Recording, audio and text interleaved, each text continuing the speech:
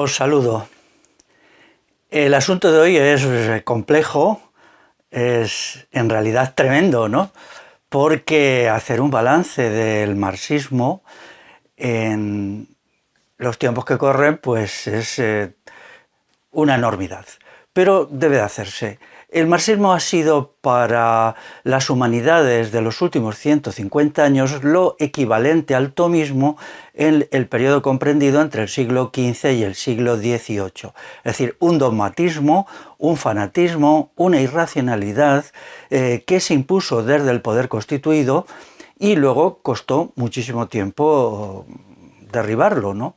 Ya sabéis que el tomismo era la filosofía, ideología, cosmovisión establecida por Tomás de Aquino sobre la base del aristotelismo. Y para el desarrollo de las sociedades modernas europeas, pues fue necesario derribar esta tremenda interpretación irracionalista e idealista. Entonces el marxismo es algo muy similar, se impone a finales del siglo XIX, es impuesto desde el poder y continúa incluso hoy, ya muy disminuido, ya hay muy poco marxismo explícito, pero todavía el marxismo implícito, una forma de pensar que no solamente es equivocada, sino que es totalitaria y contrarrevolucionaria. Es decir, si nosotros queremos hacer una transformación revolucionaria de la sociedad actual, de las sociedades actuales en el plano mundial, es necesario poner fin a esa concepción burguesa, equivocada, autocrática y, en definitiva, fascista de la vida que es el marxismo. Por tanto, tenemos que avanzar más y más en la comprensión de lo que ha significado y de cómo se ha ido desmoronando a partir de su propia experiencia, puesto que el marxismo es una concepción tan circular, tan irracional, que resulta muy difícil de refutar desde sí misma. Han sido los hechos, los acontecimientos de los últimos 50, 60 años, los que sobre todo lo han refutado en la experiencia.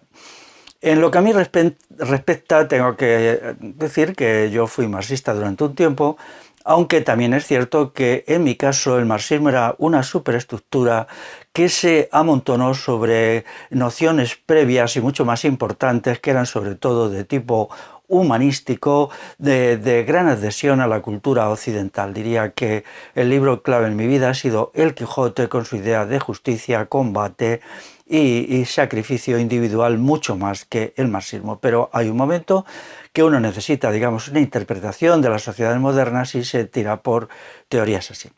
El primer elemento que nos puede permitir desprendernos del marxismo es la acción de los partidos marxistas en el periodo del Frente Popular, aquí en 1936, febrero, julio, cuando ellos, no exactamente en el poder, pero sí apoyando a los gobiernos republicanos, organizan una carnicería tremenda de obreros y sobre todo campesinos, que lo que querían era recuperar el comunal.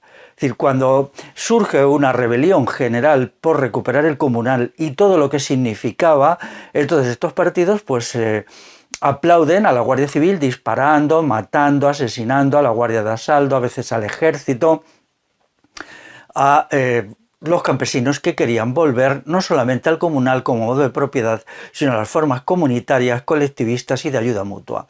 Esto es una actividad contrarrevolucionaria, una actividad burguesa 100%, puesto que lo que hacen los partidos izquierdistas, sobre todo el Partido Socialista y el Partido Comunista, pero también el POM como partido marxista disidente y la CNT, era defender la política del Estado en la desamortización, es decir, en la apropiación y venta a propietarios privados de todos los bienes comunales, que eran mucho más que los agrarios.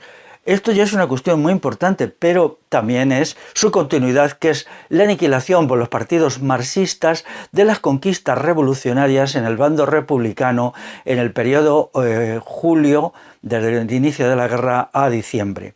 Es sobre todo el gobierno dirigido por un marxista radical como era Francisco Largo Caballero, en noviembre de 1936, que se lanza a degüello contra las conquistas revolucionarias e impone el orden estatal, el orden capitalista, el orden empresarial, en unos gobiernos en los cuales están pues todos los partidos marxistas y también la CNT. Esto es un asunto muy poco estudiado y al mismo tiempo muy falseado por una historiografía que ha estado y está todavía en manos de pensadores, ideólogos e historiadores marxistas que esto lo tergiversan completamente. Luego, siguiendo, aquí en nuestro país, pues encontramos que es la izquierda marxista, marxista explícita en el caso del PC y los grupos de la extrema izquierda, y marxista implícita en el caso del PSOE, los que eliminan la posibilidad de acabar con el franquismo de una manera, digamos, popular. Salvan al franquismo, llegan a un acuerdo con él y entonces todo el Estado franquista se reconvierte, entre comillas, en Estado parlamentarista en la llamada transición. Y entonces los fascistas de derechas, o sea, los franquistas y los fascistas de izquierda, o sea, el Partido Socialista y el Partido Comunista, se reparten el país tan ricamente, situación que se recoge en la Constitución de 1978 y la cual todavía padecemos. De ahí el fenómeno tan tremendo de fascistización de las clases medias, fascistización de nuestra sociedad, de la sociedad del Estado español, que ahora padecemos, que es una consecuencia de esta cooperación entre fascistas de derechas, o sea, franquistas, y fascistas de izquierdas, o sea, marxistas. Un hecho muy interesante es el respaldo total que se da a la creación de la gran empresa multinacional española en los años 90 del siglo pasado, que se realiza principalmente bajo la dirección de la izquierda del PSOE, que es la que va creando la gran empresa multinacional, algo para lo cual el franquismo ya había puesto las bases económicas, financieras, tecnológicas, etcétera, pero que es la izquierda la que va a dar el espaldarazo definitivo a esto, y de repente surge en este periodo de los años 90 la empresa multinacional que va a relanzar el neocolonialismo español, sobre todo en Latinoamérica, pero también en otros espacios. Esto es coherente con lo que los sectores revolucionarios en Francia llamaron ya en los años 30 y 40 colonial comunismo, refiriéndose a la política del Partido Comunista francés, que no era nada más que una forma de colonialismo francés, que luego se mantuvo en los años 40, por ejemplo en la guerra de Argelia, en la guerra de Vietnam. El colonial comunismo o colonial marxismo, como se le llamaba, era esta actuación del marxismo como colonialismo, como chauvinismo europeo, como militarismo y en definitiva como una nueva forma de fascismo. Ahora mismo los partidos explícita o implícitamente marxistas pues son la policía política del actual régimen, que se dedican a perseguirnos, a los revolucionarios, a usar contra nosotros todas sus artimañas legales, alegales e ilegales, y a la desestructuración y destrucción de los movimientos populares amenazantes para el poder constituido, para el poder estatal y también para el poder empresarial. Por ejemplo, la desarticulación de lo que fue el 15M, que ha corrido a cargo de la izquierda marxista, de la izquierda fascista, por tanto, y han creado un fenómeno espantoso de paz social, de tranquilidad, de balsa de aceite, que ha permitido en los últimos años pues una acumulación de capital muy rápida, sobre todo al Estado, con un incremento rapidísimo de la recaudación tributaria. Si nos vamos a otros fenómenos fuera de aquí, pues encontramos la cuestión de las matanzas en Camboya, por ejemplo, donde el Partido Comunista de Kampuchea realiza matanzas tremendas en los años 1976-79, 3 millones de personas. Es importante saber que lo que guía estas matanzas, yo en uno de mis libros las tengo bastante estudiadas, no es ninguna irracionalidad, sino se pensó que era la manera de promover un rápido incremento de la producción de arroz, que era el cuasi monopolio antes de la llegada de los comunistas de Kampuchea, y el monopolio total. Es decir, ellos querían producir inmensas cantidades de arroz para llevarlo al mercado mundial y poder intercambiarlo allí por armas y por equipo relativamente moderno. Entonces lo que crean es una economía de coacción máxima que acaba en el asesinato de la gente que no era productiva, de la gente que se resistía, de la gente que no trabajaba bien. Esto no es más que la repetición de lo que ya se hizo en la Unión Soviética a partir del año 1917, cuando la coacción directa, directísima, es decir, la amenaza con el encarcelamiento, con la tortura y con la muerte era lo que dinamizó económicamente aquella economía y la hizo tener algunos logros entre comillas y algunos logros sin comillas, porque claro, la gente estaba aterrorizada. Y las llamadas purgas de Stalin, asesinatos, el Gulag, servían para esta cuestión, ¿no? Llegó un momento que ya no pudo mantenerse por muchas razones, y entonces cuando aflojó la presión, el terror, entonces la economía se paralizó. Pero claro, mis cálculos es que el 10% de la población fue asesinada, el 10% directamente, no creo en los cálculos que se han dado, pero otra parte muy importante fue asesinada indirectamente a partir del alcoholismo. El alcoholismo se convirtió en una gran mal de masas y se llevó a muchísima gente a la tumba, muchos más millones. Tenemos que señalar que aquí también fue el Partido Socialista en la transición y el Partido de los Comunistas los que promueven la alcoholización general. Nuestro país, que había sido un país sobrio, un país donde se consumía alcohol, pero de una manera moderada y prudente, de repente se vio metido en una espiral de alcoholización que ha llevado a la muerte a ¿cuánta gente? 500.000, 600.000 personas, 700.000, pues habría que calcularlo, ¿no?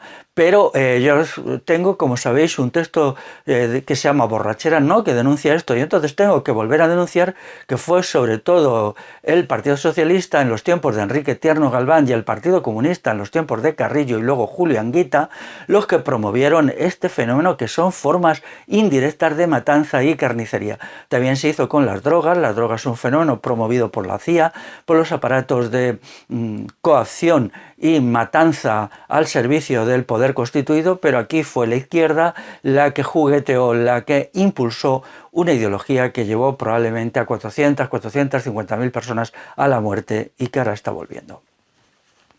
Lo mismo tenemos en el caso de China actualmente. ¿Cómo funciona la economía china? Por la coacción total, es la coacción. Cuando yo oigo a algunos marxistas echar pestes del mercado, entonces me asusto un poco, ¿no? Porque, bueno, el mercado actual es un mercado capitalista con el que yo no estoy de acuerdo, pero todavía es peor la coacción pura. Ellos quieren crear un sistema de constricción total, de persecución total, que hace que las fábricas chinas se tengan que poner rejas incluso en los terceros y cuartos pisos para evitar que la gente se arroje por allí, porque ya no soporta las condiciones de existencia y no soporta los altísimos ritmos de producción, la violencia y la coacción.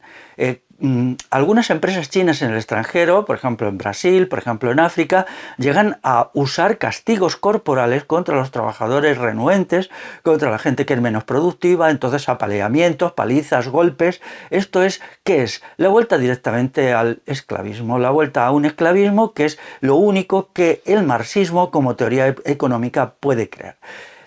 Cuando los bolcheviques toman el poder, ¿qué es lo que hacen? ¿Avanzan, progresan? No, vuelven a los sistemas de producción de la servidumbre abolida por el zar en 1861, es reinstaurada en 1917-18 por el partido bolchevique y se establece un modo de producción servil esclavista.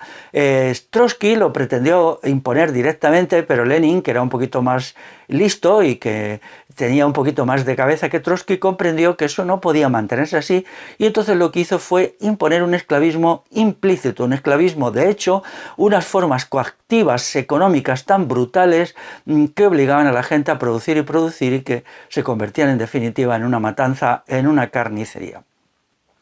Podemos hablar también de Corea del Norte y de otros, pues espacios de terror productivo, que es, digamos, lo que está en el meollo del marxismo, como luego explicaré.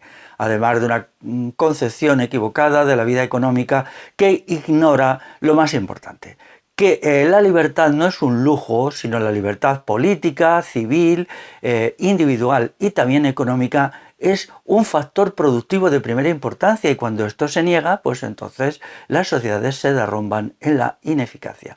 Una característica de todas las sociedades y todas las economías marxistas es su ineficacia.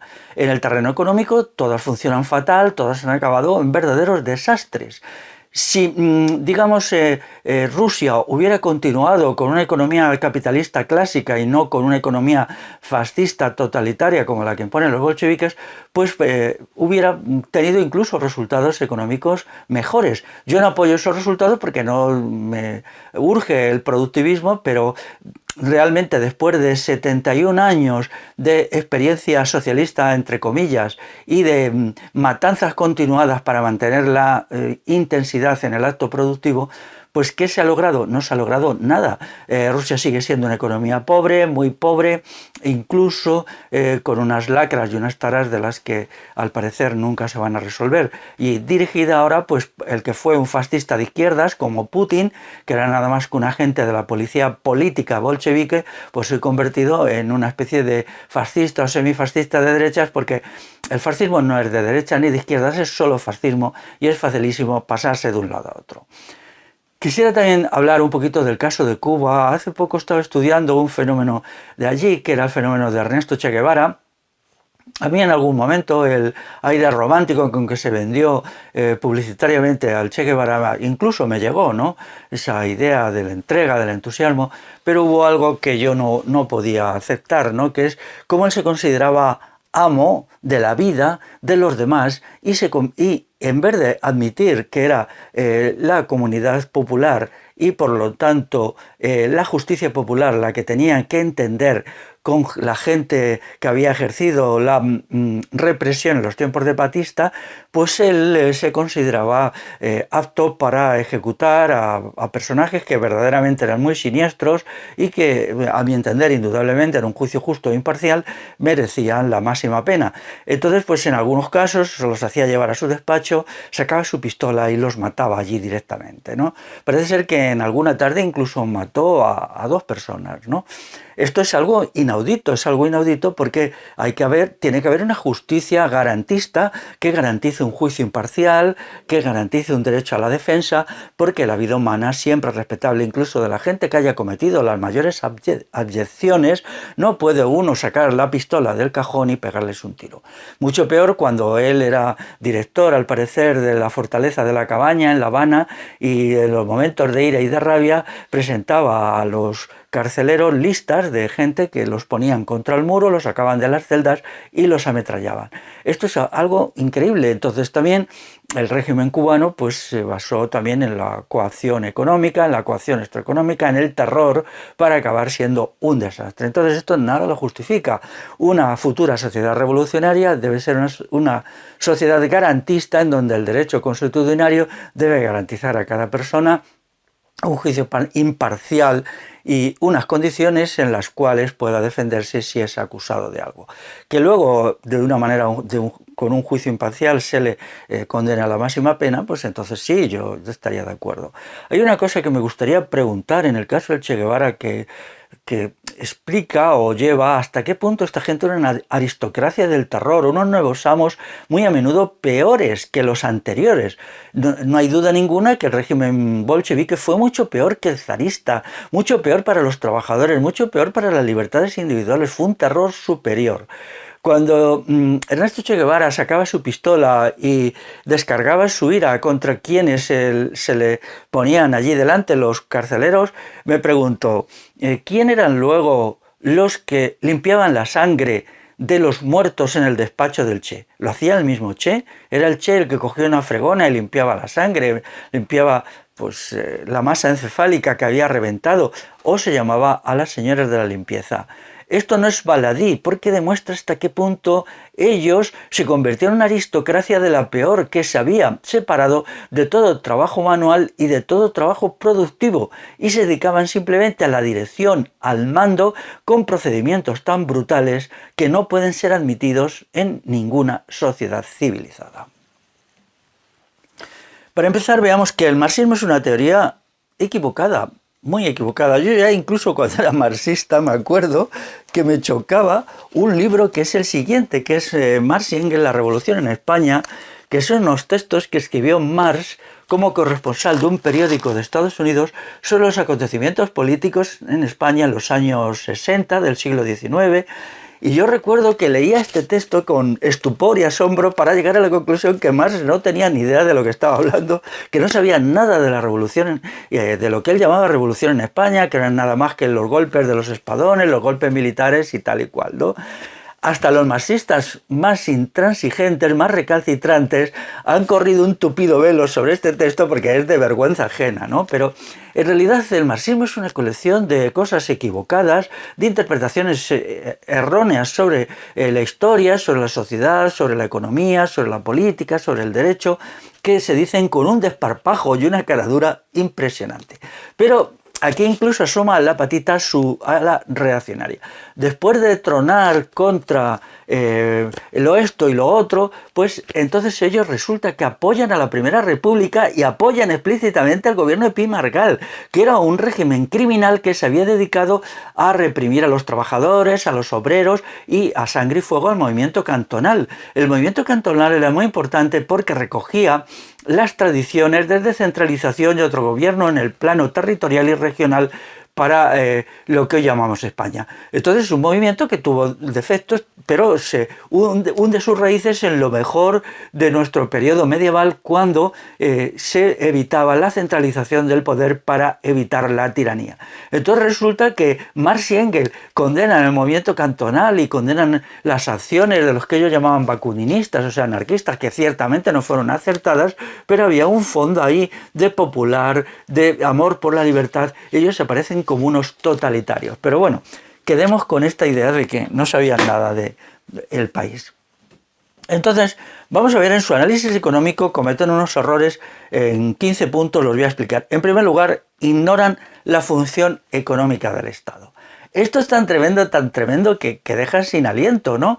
El Estado siempre es la primera fuerza económica en toda sociedad a partir del sistema tributario y a partir de la legislación con la cual se organiza en un sentido u otro la vida económica. Por ejemplo, en los tiempos que Marx escribía El Capital, que ignora prácticamente del todo la función económica del Estado, estaba el debate en Europa entre librecambistas y proteccionistas.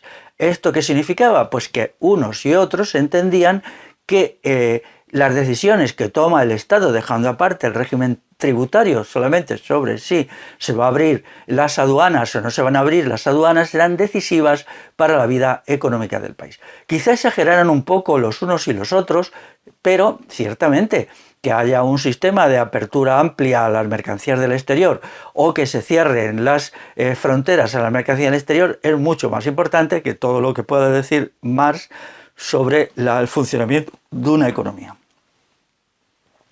Un segundo error es presentar al gran capitalismo como autónomo respecto al Estado. Esto es totalmente imposible. Esto es, vamos, un error monumental.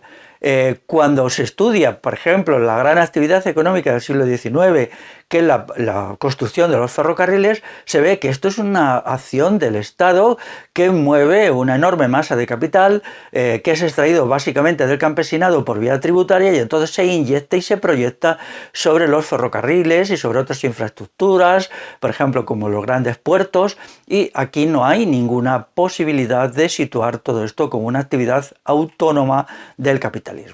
Esta pretensión de ocultar la función económica y no solamente económica del Estado nos pone alerta respecto a lo que es el marxismo, que es un hipercapitalismo con el Estado en el centro. Como el Estado no puede defenderse porque es una cosa aberrante, es una cosa monstruosa, entonces la estrategia que el Estado promueve y el marxismo promueve como agente del Estado es su ocultación. Si no puedo ponerlo bonito, por lo menos lo pongo oscuro que no se vea, ¿no? Pero esto, claro, esto no es serio. Cuando estudia la tecnología hace lo mismo. Hay estudios muy concluyentes que demuestran que la tecnología básicamente es una construcción del Estado. Es más, es una construcción del ejército. No hay una tecnología productiva, esa es secundaria. La tecnología siempre es militar. Y luego puede tener alguna derivación productiva. Yo tengo por aquí 2 libros, Hoy la cosa va de libros, que lo explican de una manera concluyente, neutra, que es, por ejemplo, el libro de Daniel R. Eldridge, que es Los instrumentos del imperio, en el que se explica que el gran desarrollo económico y tecnológico del siglo XIX va dirigido a hacer cañoneras, por las cuales el imperialismo británico se hace potente, a hacer nuevos armamentos, y cómo la invención de la ametralladora es fundamental para la conquista del África subsahariana. La ametralladora exigía un gran desarrollo de los altos hornos, de la industria del acero, de la pólvora y tal, y entonces es ahí cuando las potencias europeas consiguen vencer definitivamente a los países estos africanos al sur del Sahara. Hoy día también un libro muy reciente, muy bueno, que ya lo he citado, el de Mariana Mazzucato, El Estado Emprendedor, en el cual pues vemos lo mismo, y ella explica que todo el desarrollo de la informática, de Stephen Jobs, todo esto no es más que empresas al servicio del ejército de Estados Unidos, que utilizan muchas industrias tapaderas con el fin de ocultar que todo esto estaba hecho, la informática, internet, son actividades básicamente militares que luego tienen una derivación civil. Por tanto, cuando el marxismo presenta la tecnología al servicio de la producción, nos está engañando. La tecnología ha sido siempre al servicio del Estado y cumple dos funciones principalmente, que son la función coactiva y represiva y la función adoctrinadora. De la función primera es el armamento, y del elemento segundo pues podemos considerar la televisión. La televisión ha sido decisiva ante la radio en llevar el adoctrinamiento, la anulación de la libertad de conciencia del individuo. Es un atentado a la libertad de conciencia producida con procedimientos tecnológicos, que es para lo que ha servido básicamente la tecnología. Entonces, la tecnología, lejos de ser neutral, es primero una creación del Estado, segundo, en concreto, una creación del ejército, y en tercer lugar, solo muy secundariamente, es una actividad productiva que nosotros podemos reconocer como un elemento que vaya dirigido a mejorar la vida de la gente. En cuarto lugar, el marxismo ignora la enorme importancia de las formas comunales, colectivistas y autogestionadas en Europa y sobre todo en la península ibérica. Es decir, todo esto se niega rotundamente, se emplea la palabrita de feudalismo para ocultar que aquí había habido pues una enorme masa de bienes, no solamente agrarios, sino artesanales, de todo tipo, que habían funcionado estupendamente y que habían creado la gran riqueza material propia de Europa. Europa era mucho más rica que cualquier otra cultura o otra potencia ya en el siglo XV, muchísimo más. Y esto no había venido de ningún expolio del colonialista, puesto que en el siglo XV Europa no había ejercido ninguna función colonialista significativa ni importante, sino que se había creado unos procedimientos basados en el trabajo libre asociado, en el amor por el trabajo, que habían creado sociedades europeas extremadamente ricas, entre ellas y principalmente Castilla. Castilla y los territorios de la Corona de Castilla, si nos situamos en el momento de 1500, eran muchísimo más ricos que cualquier otra sociedad europea y no europea, muchísimo más que cualquier otra. Y eso es una cosa que tenemos que entender. Entonces, como ellos consideraban que la riqueza material era efecto necesario de la tecnología, tenían que ocultar esto, pero esto es un engaño enorme, esto es una falsificación. ¿Qué significa? Que podemos crear sociedades razonablemente de abundancia material basado en elementos no tecnológicos, en elementos no coercitivos como en la gran empresa capitalista, sino simplemente en la ayuda mutua, en la propiedad colectiva, en la propiedad individual y en otra serie de cuestiones que permiten garantizar la vida de los seres humanos con largueza sin meterse en andurriales terribles como los que el marxismo metía, de tener que mandar a los campos de concentración y asesinar a millones de personas para que la economía se mantuviera. Entonces, mantiene el principio de que la industria moderna es hiperproductiva. Bueno, de esto permitidme que me ría, ¿no? Los estudios de economistas muy serios, economistas neutrales, nos dicen que no encuentran un desarrollo específico de la tecnología que nos permita explicar la productividad del trabajo. Más bien, al contrario, ya ahora estamos en una fase descendente, porque es tal el daño que origina la economía actual, los modos de producir actuales, al ser humano, que entonces el ser humano se desmorona de una manera tal que se convierte en un elemento, digamos, de gastos enormes improductivos. Tengo que referirme una vez más al autor Henry Braverman, Trabajo y capital monopolista, la degradación del trabajo en el siglo XX, que él esto lo explica, esto ya se sabía, y los datos que llegan incluso de libros recientemente pues hacen que sea esto todavía más verdad, ¿no? Estas formas tecnologizadas de hacer la producción son tan destructivas para el trabajador medio que este no lo soporta. Ahora mismo el trabajador se está desmoronando en la enfermedad, en la depresión, en la locura, en el suicidio. El suicidio es aterrador, sobre todo en Estados Unidos, las formas directas e indirectas de suicidio. Por lo tanto, aquí el marxismo se equivoca plenamente, quiere decir que aunque Braverman era marxista, era de la escuela mía del marxismo. ¿A qué consistía? Nos llamábamos marxistas, pero en el fondo lo que éramos era pues una gente bien intencionada, más bien humanista, que nos dolía mucho las injusticias y atrocidades que se estaban cometiendo, y en un momento de desvarío y confusión e ignorancia nos aproximamos al marxismo creyendo encontrar ahí algo, pero rápidamente nos chocaba esa brutalidad, ese totalitarismo, esa falta de respeto por las personas, ese fascismo, ¿no? Y entonces, pues yo cuando leo a Braverman, pues me doy cuenta perfectamente que él los elementos fundamentales de análisis marxista, pues los rechaza, y lo que es simplemente pues una buena persona, que hace además lo que nunca ha hecho el marxismo, ser materialista, es decir, investigar la realidad en la realidad misma, y no inventarse novelerías y boberías, que fue lo que siempre hizo Marx y Engels. Marx, ¿qué era Marx? Era un gran novelista que se inventó, sobre todo el Manifiesto Comunista, es una gran novela, una gran narración, alguien lo ha dicho, una gran narración, en que uno se entretiene, una forma de socialismo utópico que te cuenta cómo vamos a construir el reino de jauja, no se sabe ni cómo ni para qué, ¿no? Y entonces, pues la pobre persona que crea el sistema actual, que lo lee, pues se lo cree, sobre todo si uno es jovencito, o ahora ya menos, pero en el pasado sí, para mi generación sí, y te crees esa novelería, esa bobería, esa construcción del reino de jauja, que luego ya cuando vas teniendo experiencia de la vida, pues te das cuenta que es un engaño total, ¿no? Entonces, luego el marxismo comete otro error económico enorme, que es ignorar dos nociones que son la de costes ocultos. Es decir, la economía estatal capitalista actual tiene unos costes ocultos colosales, no solamente medioambientales, sino de la calidad de la persona. Es decir, crea unos costes tan enormes que hace que, en definitiva, sea una forma de producción muy ineficiente. Produce mucho, efectivamente, pero es tanto las necesidades de satisfacer, de restañar estos costes ocultos y daños colaterales, que llega un momento que estos últimos son más que lo producido. Ahora estamos en ese momento ya.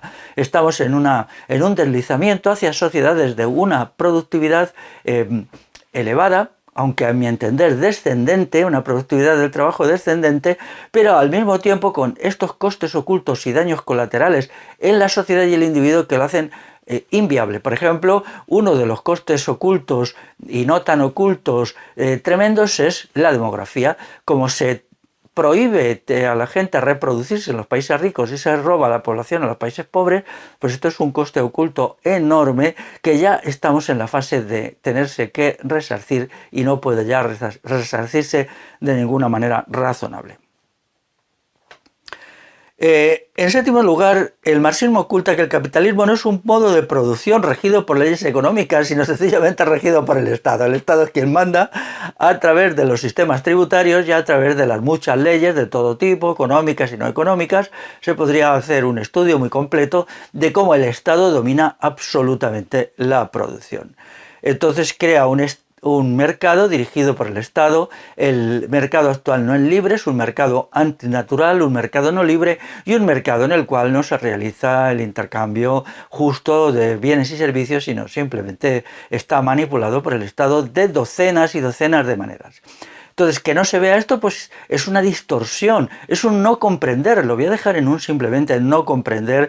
Y claro, esto hace que cuando en algún país por los avatares de la historia se establece una economía marxista, pues como no se entiende nada, los marxistas no entienden nada de cómo funciona realmente la economía, pues lo hacen fatal y se lo cargan todo. El caso último ha sido Venezuela, en que lo han hecho de la peor manera posible, porque díganme ustedes, ¿cómo se puede esperar crear una economía pujante a partir de un solo bien, que es el petróleo, que se va a llevar al mercado mundial, que es un mercado ultra manipulado por los grandes países imperialistas, Estados Unidos, China, Rusia y tal, y que al mismo tiempo no funciona, no opera según una justicia conmutativa razonable. Entonces esto es una chaladura que lo han ido haciendo todos los países. Venezuela lo intenta con el régimen militar fascista de Hugo Chávez a través del petróleo. Antes lo había intentado Cuba a partir del azúcar. Antes lo había intentado Argentina con Perón a partir de la carne, y luego posteriormente los Khmeres rojos a partir del arroz. Entonces siempre hacen lo mismo, repiten una vez el mismo error. En vez de diversificar la economía, no fiarse del mercado mundial, entonces lo hacen y a todos les ha salido mal, se han pegado leñazos descomunales, pero ahí siguen R que R, ¿no? En octavo lugar, el análisis de las crisis económicas que hace el marxismo, pues sencillamente es muy deficiente. Ellos tienen una idea fija de una única ley, un solo modelo, cuando cada crisis económica es diferente a las otras. Es decir, lo que hay es un análisis situacional de cada crisis económica. La crisis de 1929 es muy distinta de la de 1973 y muy diferente de la de 2008-2014. Cada una de ellas requiere un análisis particular, una forma especial de entenderlas, porque cada una de ellas responde a situaciones concretas. Realmente la teoría económica marxista de las crisis es un galimatías ininteligible. Hay crisis de sobreproducción, hay las crisis por la caída de la cuota de ganancia. Haré una confesión. Nunca he entendido esto de la ley de la caída de la cuota de ganancia, y creo que no lo ha entendido nadie, creo que tampoco. Cuando Marx lo dejó pergeñado y luego Engels redactó en el tomo correspondiente del Capital todo esto, me parece que ellos escribían lo que no entendían. Bueno, realmente esto lo copiaban de Hegel.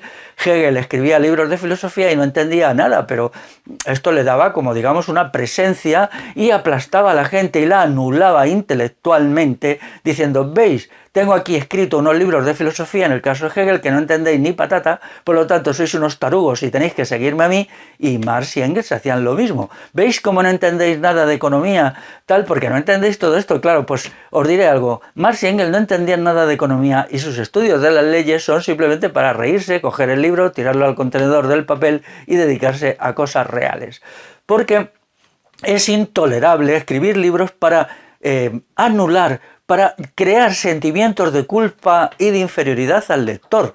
El lector y lectora tienen que ser imbuidos de un sentimiento de confianza en sí mismo, en sus capacidades intelectuales, y hacer lo otro, castrar y destruir intelectualmente a las personas, es un acto repulsivo, un acto repugnante que no puede admitirse, y eso lo hace el marxismo en todos. Y eso lo copian de Hegel, el gran estatólatra, y de otros muchos que a lo largo de la historia, también de Tomás de Aquino, como no, también de Aristóteles, también de Platón, y de toda la patulea, de toda esta, ¿cómo le llamaría yo? Pues chusmilla, ¿no? Que intenta enseñarnos que somos tontos, que somos idiotas, que no podemos pensar, y no es verdad. Los tontos y los idiotas son ellos. En noveno lugar, ignora absolutamente el significado económico de la libertad. Quiero decir económico, porque la libertad es mucho más que economía, muchísimo más. La libertad es el modo de existencia de los seres humanos.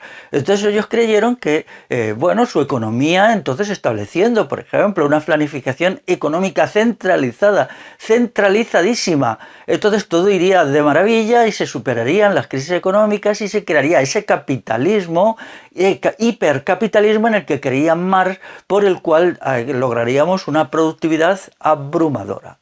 En todos los sitios donde esto se ha hecho, pues ha salido mal. ¿Por qué?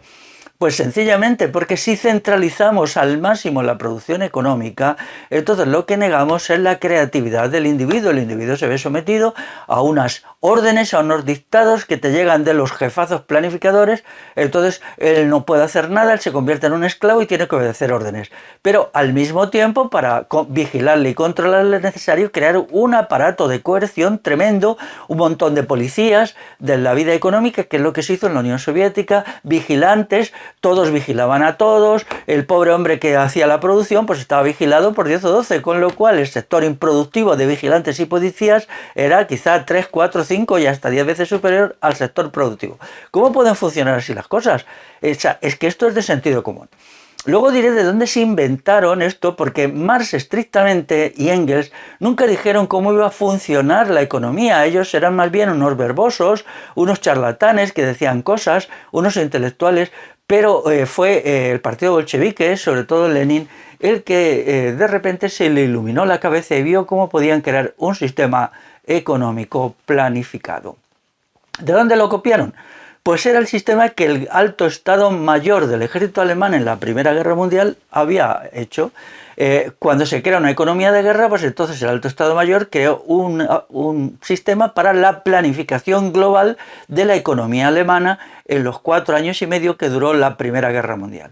Entonces cuando los bolcheviques se enteran de esto, dicen, ¡eureka! Ya sabemos cómo lo vamos a hacer, pero un momento, daros cuenta, primero, que fue durante un periodo muy breve y en unas condiciones extremas de guerra, de Primera Guerra Mundial. Y en segundo lugar, la economía alemana planificada por el Alto Estado Mayor alemán no estaba tan absolutamente centralizada y era tan absolutamente rígida como la establecida por los bolcheviques. De tal manera que el grado de libertad era un poquito mayor o un poco o un mucho mayor en Alemania, aunque parezca mentira, que lo de los bolcheviques. Por lo tanto, al ahogar la libertad económica, ahogaron la productividad y sentaron las bases para, dejando de lado un periodo pequeño en los años 20 y 30 en que sí hubo un cierto crecimiento económico, inmediatamente todo aquello se fue al garete. Pero un crecimiento económico ¿a costa de qué? A costa de un precio en dolor, en sufrimiento, en sangre y en ineficiencia económica que es absolutamente intolerable. Lo mismo que ellos hicieron en la Rusia bolchevique se podía haber hecho con un sistema económico, por ejemplo, similar a Occidente, con resultados muchísimo mejores, porque eso es así, siempre el sistema económico occidental es lo suficientemente inteligente para dejar algún atisbo, alguna garantía de libertad, porque saben que con la restricción absoluta de la libertad, la economía en conjunto pues sufre, ¿no?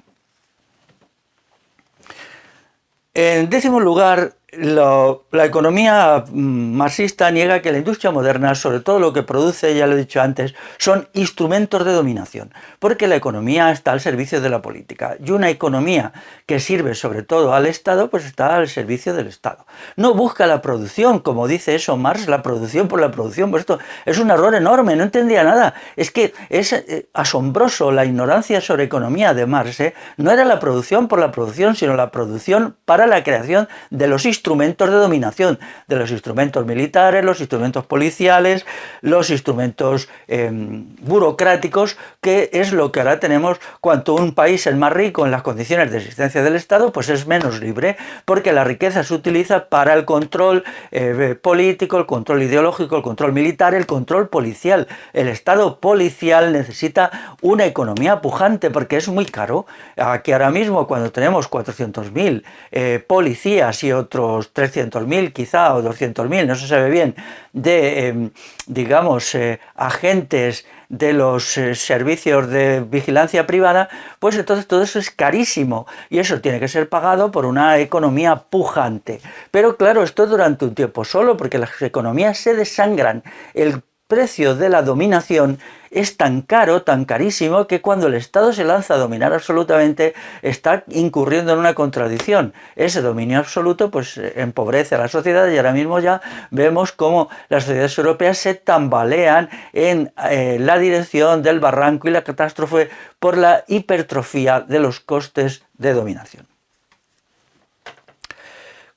En 11 lugar, en el lugar número 11, el marxismo actúa de una manera perversa cuando identifica la libertad e iniciativa económicas con el capitalismo, ignorando que hay una libertad, una iniciativa en una economía comunal. Las economías comunales de antaño solo hay que leer algunos foros nuestros del medievo, tenían un altísimo grado de libertad económica, la gente podía crear sistemas de producción, podía hacer montones de cosas, y entonces esa libertad y esa iniciativa económica enriquecía, de tal manera que lo que hay que hacer es establecer una economía en la base, con libertad en la base, para que el individuo desarrolle su iniciativa solo o asociado, como él elija, y entonces pueda producir una gran cantidad de bienes y servicios con alegría, con fuerza, porque donde no hay libertad hay opresión, y quitarse todas estas fantasmagorías horripilantes de la planificación económica y de un aparato central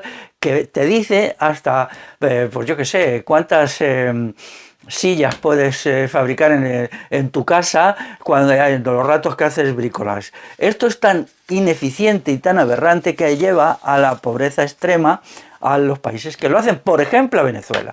Por ejemplo, Venezuela, al ahogar la iniciativa en la base, ha creado una economía de la escasez, pero cuidado, daros cuenta que Venezuela lo que quería es desarrollar el capitalismo de Estado, y todos los multimillonarios venezolanos que tenían grandes empresas se han beneficiado del chavismo, y ahí están, porque se consideraba que estas grandes empresas ligadas al Estado por muchos lazos, como sucede en todos los países, eran muy eficientes y se defendían. Hay que crear hay que establecer una lista y hacer un estudio de esas grandes multinacionales venezolanas que son las que el chavismo ha protegido, pero sin embargo la pequeña y mediana empresa, los sistemas de autoayuda, todo esto ha sido laminado, y de ahí ha venido la pobreza y la escasez que ahora sufren la gente de Venezuela.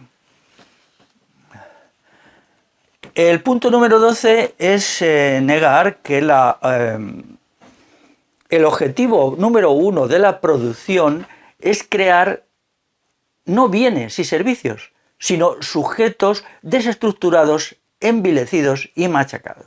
Es decir, puesto que el elemento esencial es la dominación y no la producción, la gran empresa, dependiente del Estado, lo que se propone sobre todo es crear sujetos degradados. Ese es su elemento de producción número 1, eso es lo que producen. Y esto es lo que descubre Braverman cuando se dedica a estudiar el modo de producción estatal capitalista actual. Si esto no se entiende, no se entiende nada. La gran empresa necesita sujetos sumisos, sujetos desestructurados, pero también lo necesita el Estado para maximizar su poder de dominación. ¿Que esto es compatible con la productividad del trabajo? Quizás sí, pero quizás no. Toda la economía que hoy se enseña es falsa, porque te dicen entonces esas empresas no serían productivas. Claro que lo serían, inyectando enormes cantidades de dinero recaudado por el Estado a través del sistema tributario, que es lo que se hace en 2008, 2014, cuando todo lo que los estados del mundo han ido recogiendo se inyecta en estas empresas por medio de los tributos, y se les ayuda, sencillamente, se ayuda, se quitan la máscara y se pone en evidencia que la gran empresa llamada capitalista no es nada más que una dependencia del Estado que depende de él de muchas maneras. Entonces, todas estas monsergas sobre competencia, eficacia y tal, no son nada.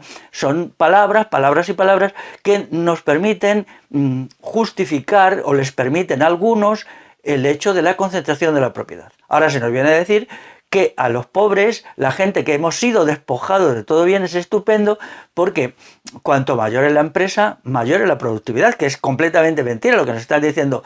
Ánimo, chaval, que aunque eres muy pobre, pues alégrate de que los ricos sean cada vez más ricos, porque es que son más eficientes y tú ganas con que ellos sean más ricos y tú más pobre. Esto es una falacia tan ridícula que es que, bueno, claro, la economía, la llamada ciencia económica, es solo ideología, es charlatanería, ¿no? Igual que el marxismo como economía también lo es, ¿no? Otro punto más es que el marxismo no distingue entre mercado libre, que es un mercado natural que hoy no existe, y mercado dirigido por el Estado, que es el mercado no libre. Entonces, cuando el marxismo, los marxistas, insisten mucho en satanizar el mercado actual, hay que decir sí, pero ¿qué queréis todavía hacer más restrictivo los niveles mínimos de libertad económica que hay hoy? O sea, hacer una economía totalmente dirigida por un pequeño centro de unos cientos de funcionarios y burócratas que dicen hasta el último individuo cómo tiene que producir.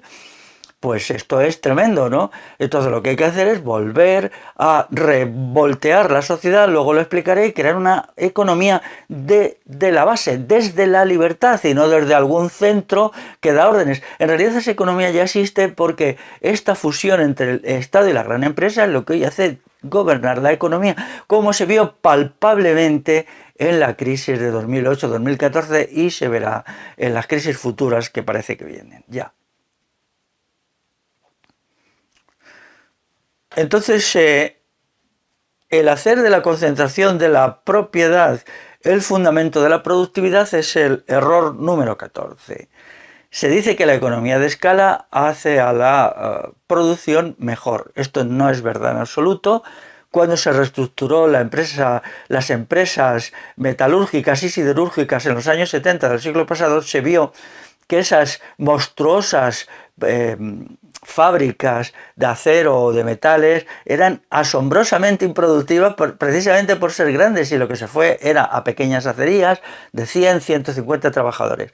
En cada rama productiva y en cada sector productivo hay que ver cuál es el máximo de eficacia. En algunos casos pueden ser empresas de 100 trabajadores, en otros de 50 y en otros de 10. Y a partir de eso, en cada momento hay un máximo de eficacia. Pongamos 80 trabajadores. Cuando ya son 81 ya empieza a ser menos eficaz, y si son 800 pues ya es absolutamente ineficaz. Esto no es más que un dogmatismo que se basa en la falta de estudios de la realidad. Como el marxismo es un dogmatismo que está copiado del tomismo, del aristotelismo, de Hegel, pura charlatanería, no se entra al estudio cuidadoso de la realidad. Prácticamente ningún marxista lo ha hecho. Hay que estudiar la realidad con mucho detalle a partir de los datos. Eso es ser materialista. Ser materialista es ser objetivo. Estudiar la realidad como es. Y no basarse en nociones abstractas, en axiomas que no valen para nada, y cuando se aplican fracasan, y entonces no queda más remedio que intimidar a la gente, sacar la pistola, ponérsela en la sien para que produzcan algo. Pero el error más grave de todos, y es el último de todos, el número 15 del marxismo, es hacer de la riqueza la precondición necesaria para una sociedad bien constituida. Es decir, tenemos que ser muy ricos, las sociedades tienen que ser muy ricas, tener una gran productividad para que podamos crear una sociedad de la libertad, del bien moral, de la verdad, de la convivencia. Esto es absolutamente mentira, y es una mentira espantosa. Esto precisamente es el argumento del capitalismo. El capitalismo nos dice, primero hay que crear una gran productividad y luego ya veréis cómo cuando seamos hiperproductivos, entonces pues ya todo será estupendo. En realidad el discurso marxista, ni en realidad ni en nada, directamente es el discurso del capitalismo más rancio y más simplón.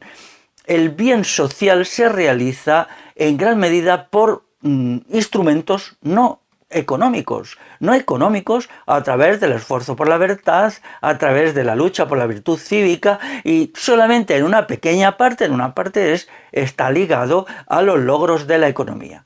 Considerar que la economía es el todo, que es la esencia del marxismo, nos explica lo que es el marxismo, que es un hipercapitalismo. Necesitamos una economía potente, pero sobre todo necesitamos de la libertad, necesitamos de los valores axiológicos que hacen buena la vida humana. Este es el gran error, el gran dislate, la gran maldad del marxismo, establecer una relación de causa a efecto entre la riqueza material y una sociedad bien constituida y un ser humano bien constituido. Todas las experiencias del marxismo en montones de países, porque ha habido muchísimas, pues han fracasado y precisamente porque no han comprendido que una sociedad bien constituida a partir de valores inmateriales también está bien constituida en el terreno de lo económico y es productiva a partir de estos valores, que es lo que luego tenemos que definir. Por lo tanto, ¿cuáles son valores con significación en sí mismo y al mismo tiempo con valía económica? Pues los voy a señalar. En primer lugar, la libertad. En segundo lugar, la verdad. En tercer lugar, la convivencia. Cuarto lugar, el sujeto autoconstruido. En quinto lugar, la ética. En sexto lugar, la belleza. En sexto lugar, el esfuerzo y el combate. Una sociedad que tenga esos valores, esos criterios axiológicos como normas en los cuales no toda la sociedad, porque hay que admitir la disidencia, gente que no cree en ellos, pero bastaría con que el 80, el 90% de la sociedad creyera en ellos y los aplicara a su vida personal y a su vida colectiva, entonces serían sociedades de abundancia material, la abundancia razonable, que no tiene por qué ser muy grande, y también de una bonanza tecnológica suficiente basada en la eliminación de la tecnología destructiva y en la recuperación de aquellas formas de tecnología que sean útiles y buenas para los fines civilizatorios antes señalados. Si nos preguntamos por qué el marxismo ha tenido éxito, pues había varias razones. En primer lugar, el marxismo no es nada más que una forma, digamos, enmascarada de ideología capitalista. Por eso en todas partes, en todos los países, se ha difundido muchísimo el marxismo. Incluso en la Rusia zarista, el partido bolchevique tenía una actividad legal enorme, porque el zarismo entendía que para el propio desarrollo del capitalismo en Rusia era necesario imbuir a los trabajadores de esta ideología hipercapitalista, productivista, hipertecnológica, que sacrifica despiadadamente al individuo y a la libertad a los fines de maximizar la producción. Y aquí en Occidente todavía más. Observemos ahora mismo, por ejemplo, que un sector importante de la intelectualidad, de los economistas, de los sociólogos, de los historiadores siguen siendo marxistas.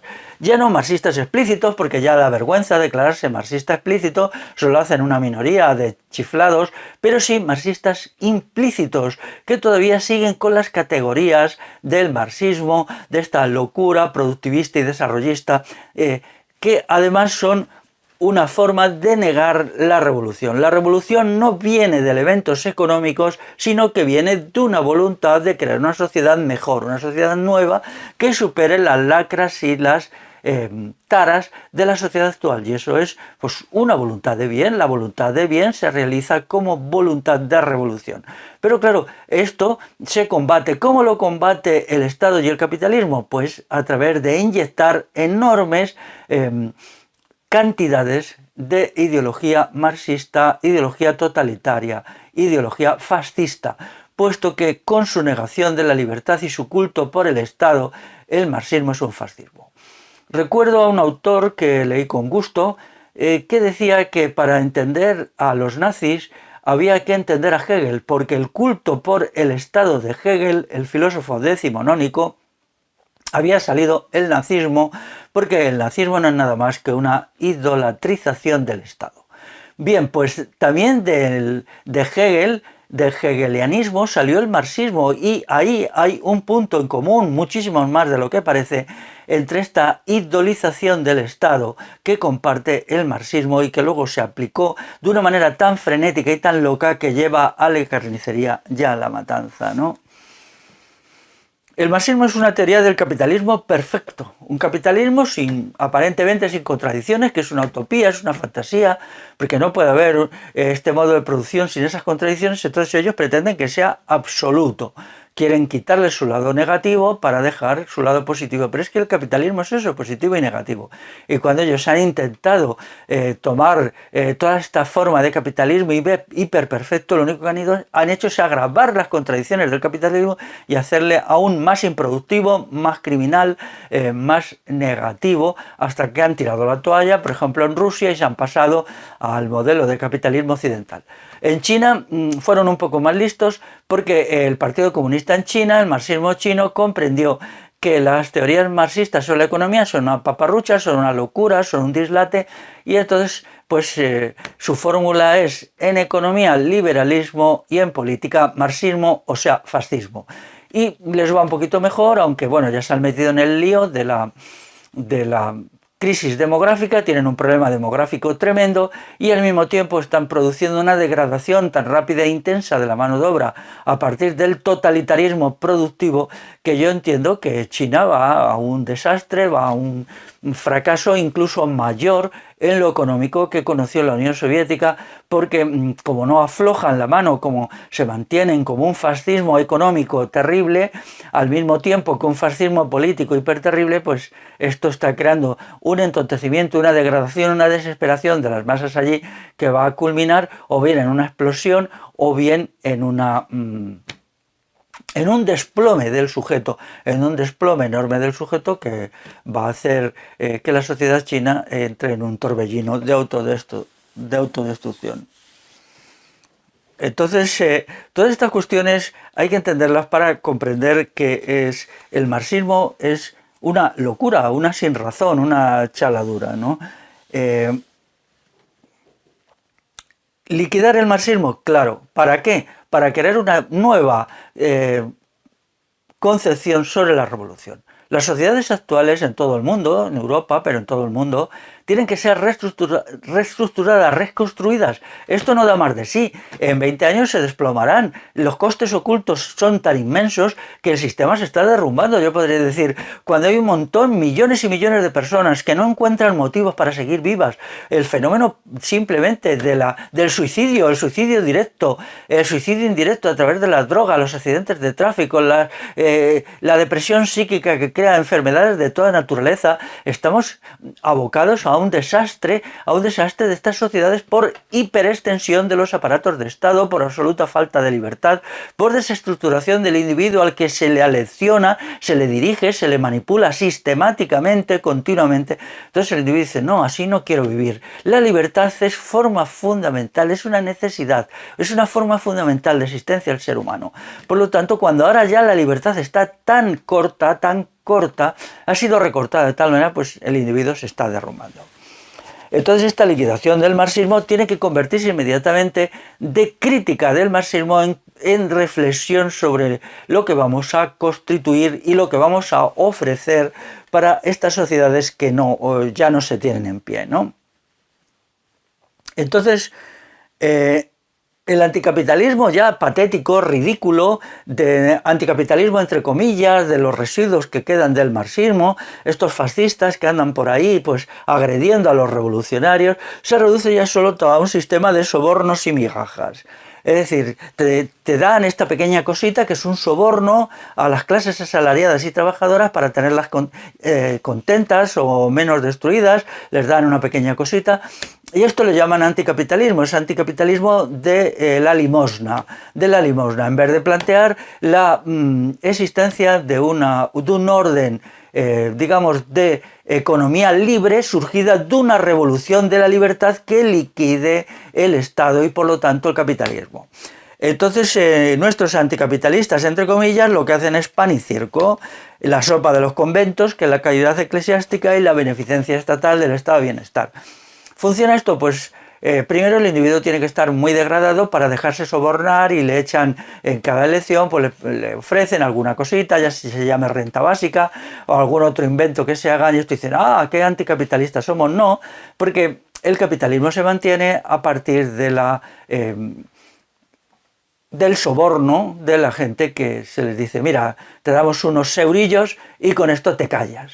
Entonces vamos a rechazar estos eurillos y vamos a ser anticapitalistas de verdad.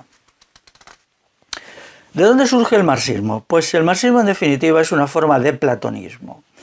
Cuando el Estado crece con las revoluciones liberales, con la Revolución Francesa y tal, necesita no solamente policías y militares, esto es una idea equivocada, sino necesita muchos intelectuales para el adoctrinamiento masivo. En el siglo XIX crece mucho el ejército y la policía y el poder judicial y las cárceles, pero crece incluso más el número de intelectuales. Se sustituye una forma ineficiente de intelectuales que era el clero y se crea una nueva intelectualidad progresista que, se necesita masivamente profesores, se necesitan escritores, es el gran auge de la letra escrita y entonces surge una casta que es la casta intelectual, la pedantocracia. Igual que había habido en Grecia en el pasado, que es el fenómeno del platonismo. Platón se dio cuenta que los estados esclavistas totalitarios griegos necesitaban de una casta intelectual, de una pedantocracia que ejerciera la manipulación de las masas, de los libres, pobres, pero también de los esclavos, a partir de su bla bla bla permanente. Entonces en el siglo XIX es lo mismo, y Platón lo que hace es llegar a la conclusión que quiere todo el poder para él. Esta pedantocracia, esta charlatanería institucionalizada quiere el poder para él. Y entonces en el siglo XIX sucede lo mismo. Todos estos intelectuales, que eran Marx, un intelectual, Engels también, aunque su oficio era empresario, y otros muchos, construyen una nueva teoría que les viene a decir que si ellos dirigen la sociedad y son los amos de la sociedad, entonces podrán crear un nuevo sistema económico al que llaman socialismo y luego comunismo, mucho más eficaz económicamente. Entonces proponen el reino de jauja y prometen a la gente una abundancia material absoluta. Entonces utilizan a la clase obrera, la llaman la clase revolucionaria. En realidad son tan cínicos y tan sinvergüenzas que lo que hacen con la clase obrera es convertirla en carne de cañón. Es una carne de cañón, la clase obrera la que tiene que morir en el combate de las barricadas para que ellos tengan todo el poder. Esto se realiza así. El partido bolchevique era un partido de intelectuales y en un momento, en una serie de circunstancias muy especiales, en los años 1917-1922 hacen con todo el poder, estaban que no se lo creían. Es decir, ellos eran la nueva burguesía, el nuevo Estado, todo, es decir, se habían hecho con el poder y esto se va repitiendo en todas partes. En China sucede igual con el Partido Comunista, que era un partido de intelectuales, y en Cuba igual. Pues, en todas partes hay una renovación del capitalismo a partir de las pedantocracia. La teoría platónica del gobierno de los sabios se realiza. Y entonces, ¿qué es lo que crean ellos? Pues un gobierno peor. Cuando Platón recorre Grecia ofreciendo sus servicios a los tiranos de por allí, que él no se atreve a tanto como hacer una revolución para derrocar a los tiranos, sino solo los ofrece como consejero. Entonces los tiranos se ríen de él porque comprenden que no tienen ni idea, que es un señor que dice pues cosas que llaman filosofía, pero que nada. Entonces le escuchan, se ríen un rato de él, le dan una palmadita en la espalda y dice, anda, vete, que no tienen ni idea de cómo se gobierna la sociedad. Pero en las convulsiones del siglo XX sucede algo nuevo, que ese gobierno de los sabios se hace realidad porque el sistema que surge de la revolución liberal es tan frenético, es tan demente, que en algunos momentos patina completamente, se viene abajo y entonces la casta intelectual puede hacerse con el poder y moldear la sociedad a su manera, es decir, convertirse al 100% en los amos del Estado, en los amos de la economía, en los amos de la cultura, en los amos totales. Si Platón resucitara se hubiera quedado anonadado, hubiera dicho, por fin habéis realizado lo que yo propuse en mi libro La República. Hay un asunto que es tremendo en Marx, que es el desprecio por la cultura popular. A mí esto también me apartó mucho del marxismo desde el primer momento, que era, para él la cultura popular no existe, solo existe una sabiondez, unos sabios, todos los jefazos del marxismo, tanto aquellos que fueron de los tiempos de Marx y Engels, como luego los continuadores en la Segunda Internacional, en la Tercera Internacional, hoy se dedican a creer solo en teorías muy complejas, abstrusas, en palabrería, en charlatanería, en cosas rarísimas, ¿no? Pero nunca le dan importancia a la sabiduría popular, al sentido común, aquello que es la sapiencia milenaria de las clases trabajadoras. Estos lo consideran basura, algo que tiene que ser eliminado. Aquí son herederos de la Ilustración, de las luces francesas, que odiaban convulsivamente la cultura popular en un tiempo en que era todavía potente toda Europa y podía desafiar a la cultura erudita y en muchos elementos manifestarse superior a ella. Entonces, claro, vamos a ver cómo la clase obrera va a ser la clase de vanguardia si carece de cultura y los saberes de los trabajadores los despreciáis absolutamente y creéis que tiene que haber un partido de vanguardia que se dediquen al adoctrinamiento sistemático de los trabajadores. Pero estos trabajadores que no pueden pensar por sí mismos, que son simplemente clones de vuestra sapiencia de charlatanes, entonces ¿cómo es posible que puedan ejercer el poder? Esto rápidamente pues, es una ficción, es una demagogia que inmediatamente se elimina. Entonces, ¿qué ha sucedido? Que la destrucción de la cultura popular que había llevado adelante las revoluciones liberales y el capitalismo modelo clásico manchesteriano liberal es llevado a sus últimas consecuencias por la intelectualidad marxista, que no le da ninguna oportunidad a esta sabiduría popular. para crear una sociedad de la libertad y una revolución de la libertad, tenemos que hacer algo tremendo, que es reconstruir la cultura popular. La cultura popular es la de creación popular. La sapiencia de los intelectuales, la mayoría de ellos marxistas en el siglo XX o al menos izquierdistas, te viene a decir que las clases populares consumen su sabiduría, es decir, la incorporan. Y yo digo, no, las clases populares son creadoras de cultura, porque la única manera de ser cultos es creando la cultura. Y entonces esa creación de cultura es incompatible con élites mandantes y élites adoctrinadoras, mucho más cuando ese adoctrinamiento es un engaño absoluto, es una mentira. Por ejemplo, voy a acudir a un libro que a mí influyó mucho, que es un libro de Lenin. Lenin, ya sabéis que es el dirigente del Partido Comunista bolchevique, y entonces en el momento clave Lenin escribe un libro que se llama El Estado y la Revolución, que es, este libro es en 1917.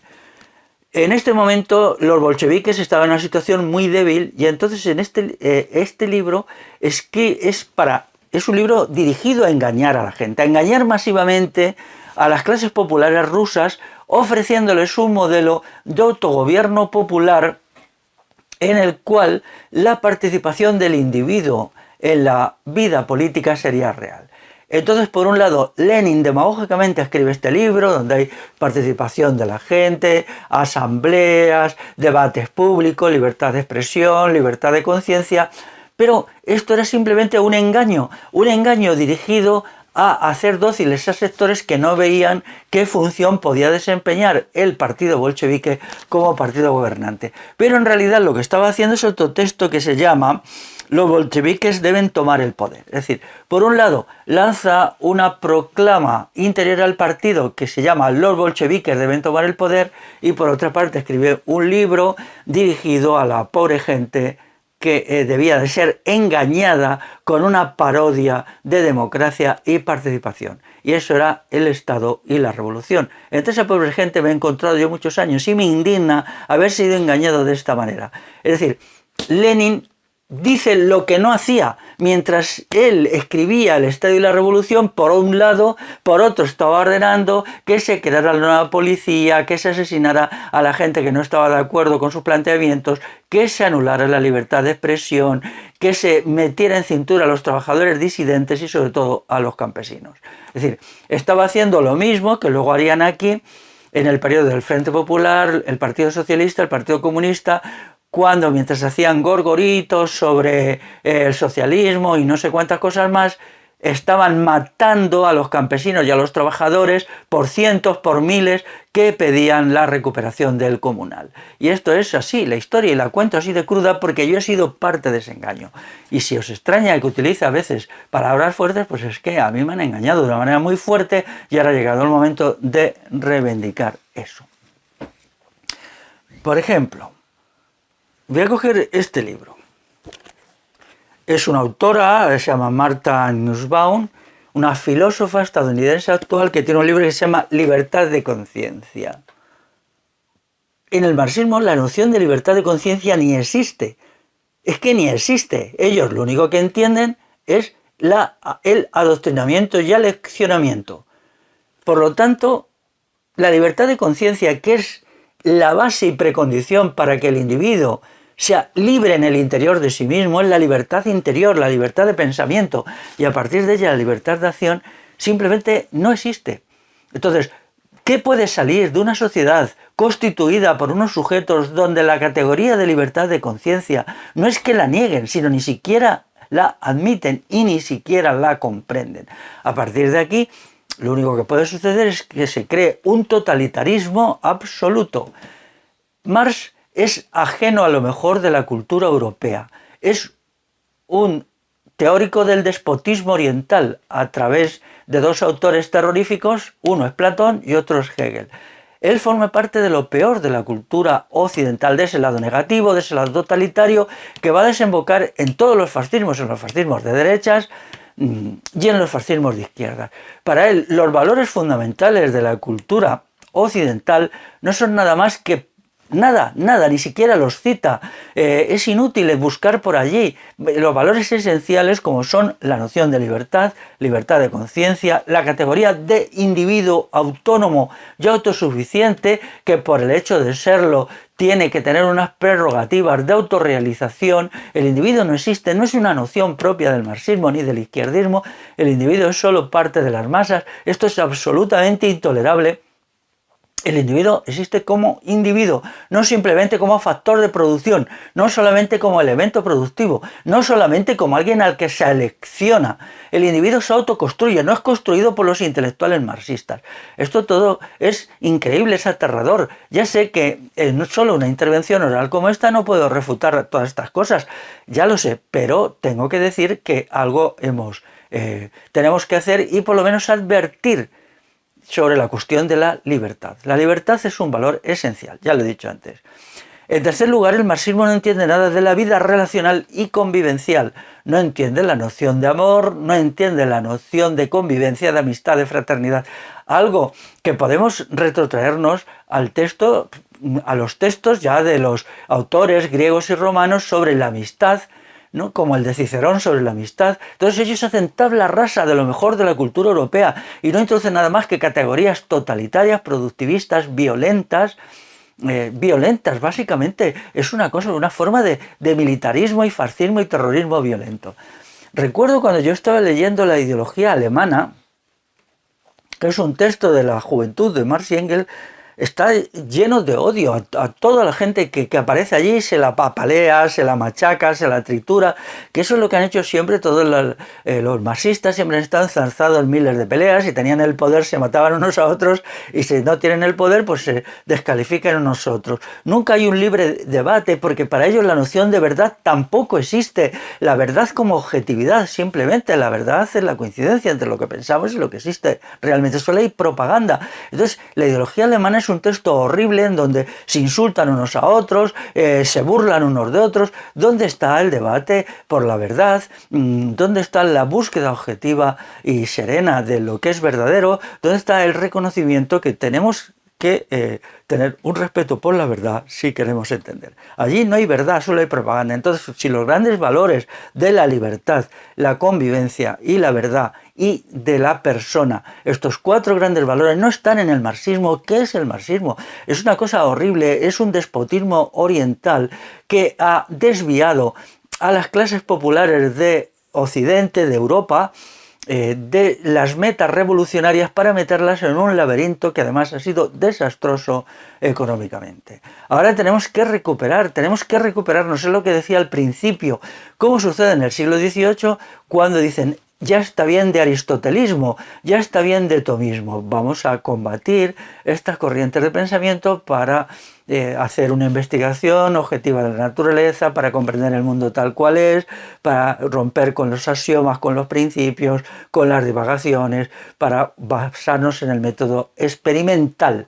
Si el método experimental vale para las ciencias naturales, el método experiencial es para las ciencias humanísticas. La política, la sociología, la filosofía tiene que ser experiencial, basarse en la experiencia, basarse en saberes experienciales. ¿Y quién tiene más experiencia que la gente de la calle, las clases populares, las clases trabajadoras? Por lo tanto, tenemos que volver a recuperar la noción de sabiduría popular y no la noción de sabiondez de unos sabios que ¿qué? ¿Cuál es la sabiduría de estos sabios? Por eso lo voy a decir. 2 años antes de morir, en un ataque de lucidez, resulta que Carlos Marx se desdice completamente todo lo que había dicho. Y donde dijo Diego. Esto es la cosa más graciosa del mundo, ¿no? Porque entonces ya resulta que una autora que se llamaba Vera Zasulich, que era rusa, describe una carta, yo tengo aquí esto, bueno, lo enseño, es el tomo tercero de las obras escogidas de Marx y Engels. Entonces, 2 años antes de morir, en 1881, sucede esto, y en 1883 muere Carlos Marx. Entonces, le dice que en Rusia existe la comuna campesina, existe la propiedad comunal de los bienes, y que ella cree que eso tiene que ser fundamental para el desarrollo de un socialismo en Rusia. Estoy hablando 40 años antes, más o menos, de la revolución bolchevique, situaros sobre el terreno. Y entonces va Marx y dice que sí, que tiene mucha razón esta señora, Zulich, y entonces le dice que, bueno, que con la comuna campesina y la ideología correspondiente y tal, pues se puede avanzar mucho en la construcción del socialismo. Entonces uno lee esto y se queda estupefacto. O sea, ya no es necesario una industria pesada potentísima, ni una economía maravillosa, ni superar las taras del capitalismo y crear un hipercapitalismo, ni hace falta una tecnología poderosísima, sino en una sociedad muy pobre como era la campesina rusa, se puede construir una sociedad idílicamente socialista. Pero bueno, vamos a ver, ¿qué falta de seriedad en esto? Entonces, ¿en qué queda todo lo anterior? O sea, Marx se refuta a sí mismo. Esto es ridículo, ¿no? Pero el ridículo no acaba aquí. La ignorancia de Marx era tan enorme que le da la razón a una señora que hacía un análisis equivocado. Vera Zulich, con toda su buena voluntad, que yo admiro, no estaba entendiendo nada de lo que existía en esa época en el campesinado ruso, que era un campesinado que a 20 años antes había sido liberado por un decreto zarista de la servidumbre, es decir, de la esclavitud. Entonces, lo que ella veía como bienes comunales y la comuna campesina rusa no era tal. Estaba viendo todo con unas lentes distorsionadas porque se había creado en unos sectores de la aristocracia rusa, a partir de Tolstoy, una visión idílica así sentimental rusoniana sobre lo que era el campesinado ruso, que tenía muchas cualidades y yo admiro algunas de las cosas, pero claro, no, allí lo que había eran derivaciones del régimen esclavista, del régimen servil, que se había mantenido desde milenios arrojando al campesinado ruso. Por lo tanto, daros cuenta del galimatías. O sea, primero, punto uno, Marx nos exige un desarrollo enorme de la producción y de la economía para crear la base económica del socialismo, y sin eso, nada. Luego después, 2 años antes de morir, se desdice de esos argumentos y le da la razón a una señora que, punto 3, estaba ofreciendo una interpretación equivocada de lo que era la situación en el campo ruso. Abrumador, impresionante, y eso es lo que yo llamaba socialismo científico. O sea, el socialismo científico que estaba acertado en todo.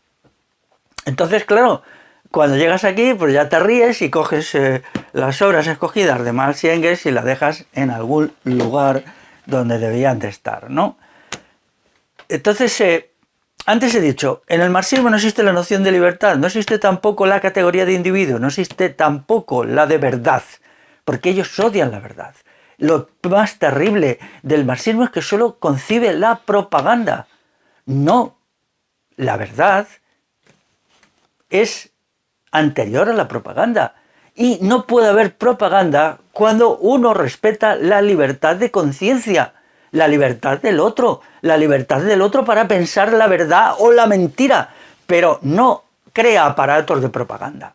Quien crea aparatos de propaganda es un totalitario y es un fascista. Y lo contrario de la propaganda es la verdad.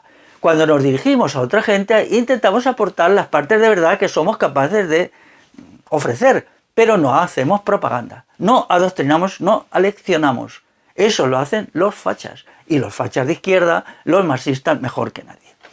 Entonces, ¿qué hay al final del fascismo de izquierdas? Pues, insisto una vez más, el libro La corte del zar rojo, que es un libro enorme como podéis ver, es un estudio completísimo, basado en fuentes primarias, algunas orales, puesto que algunos de los que ejercieron el terror o los padecieron en los tiempos de Stalin viven todavía.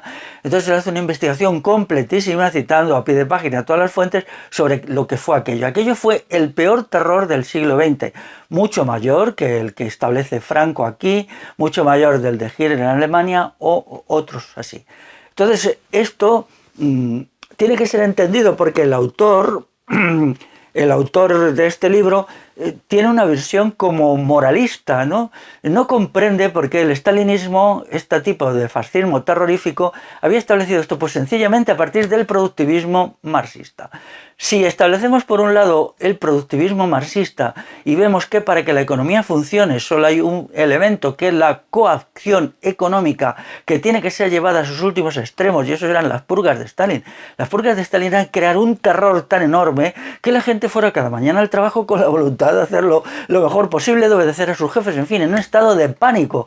Pero claro, este estado de pánico tiene también inconvenientes productivos porque impedía que la gente operara de buena voluntad y en alguna gente además establecieron decir, bueno, como al fin y al cabo aquí no sé cuándo va a venir a buscarme la policía política para torturarme y pegarme un tiro en la nuca, pues voy a intentar hacer formas de sabotaje como venganza. Y entonces aquello era un caos, un gran caos que no funcionaba. Y eso es la forma concreta que adopta esta economía planificada socialista que se le había ocurrido a Lenin y a sus amiguetes copiar del alto Estado Mayor alemán.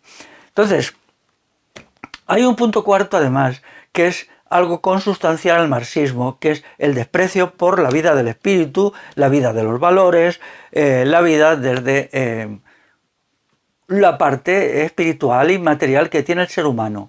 Porque ellos esto no lo valoraban, creían que la parte inmaterial proviene directamente de la parte material. Por ejemplo, al marxista le hablas de virtud cívica y se ríe de ti.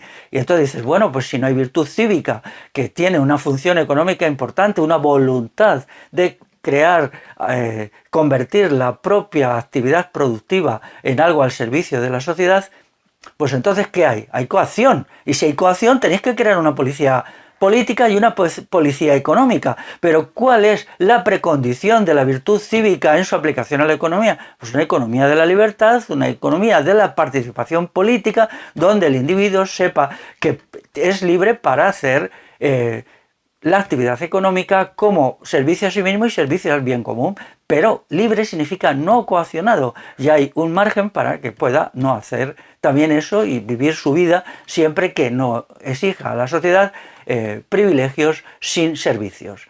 Entonces, todo esto, una economía de la libertad, sí es realmente productiva. Y entonces ahí tienen que haber valores inmateriales que ellos no aceptan. Y al no aceptarlos, pues todo se va al garete. Pero lo peor de todo es que no los acepten, sino que ni siquiera los entienden y ni siquiera los aplican.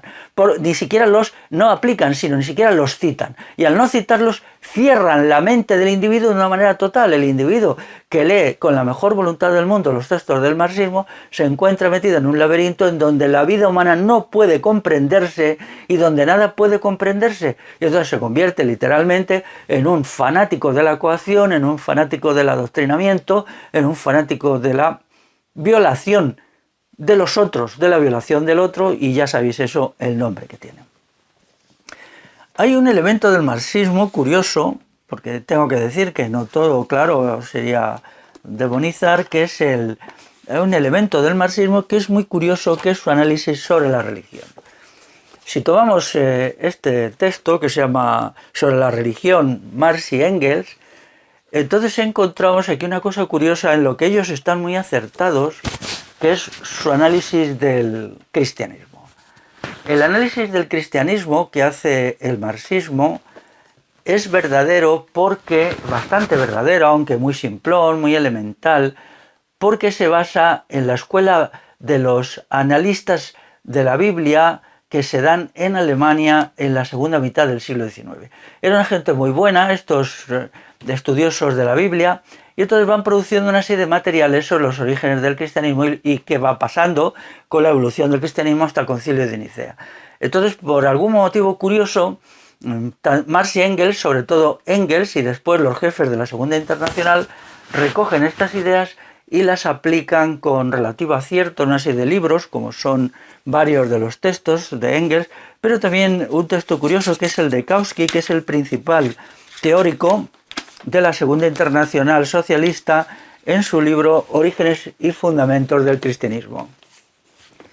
Entonces aquí tienen bastante razón, lo que dicen es muy simplista, pero presentan el cristianismo como una revolución que tiene lugar en Palestina en el siglo I y que es una revolución de los libres pobres, de los esclavos y de las mujeres. Y aportan elementos interesantes que se quedan ahí. Curiosamente, los marxistas posteriores cogen todo lo peor del marxismo, pero no cogen esta parte. Ellos en la parte del cristianismo se limitan a repetir los topicazos erróneos del anticlericalismo burgués. Sin embargo, esta parte del marxismo útil es importante para entender la revolución altomedieval, que en esencia es una revolución cristiana, y me gusta citarlos, ¿no? Porque aquí Marx y Engels sí se salvan parcialmente, y hoy día pues toda esta escuela de análisis de la Biblia y de análisis de los evangelios, pues está perdida, ¿no?, cuando dice cosas muy interesantes. La conclusión, bueno, pues en la segunda parte de esta exposición sobre el marxismo veremos el elemento constructivo y cómo serían los componentes superadores del propio marxismo para crear una cosmovisión de la revolución y la libertad. Hasta luego.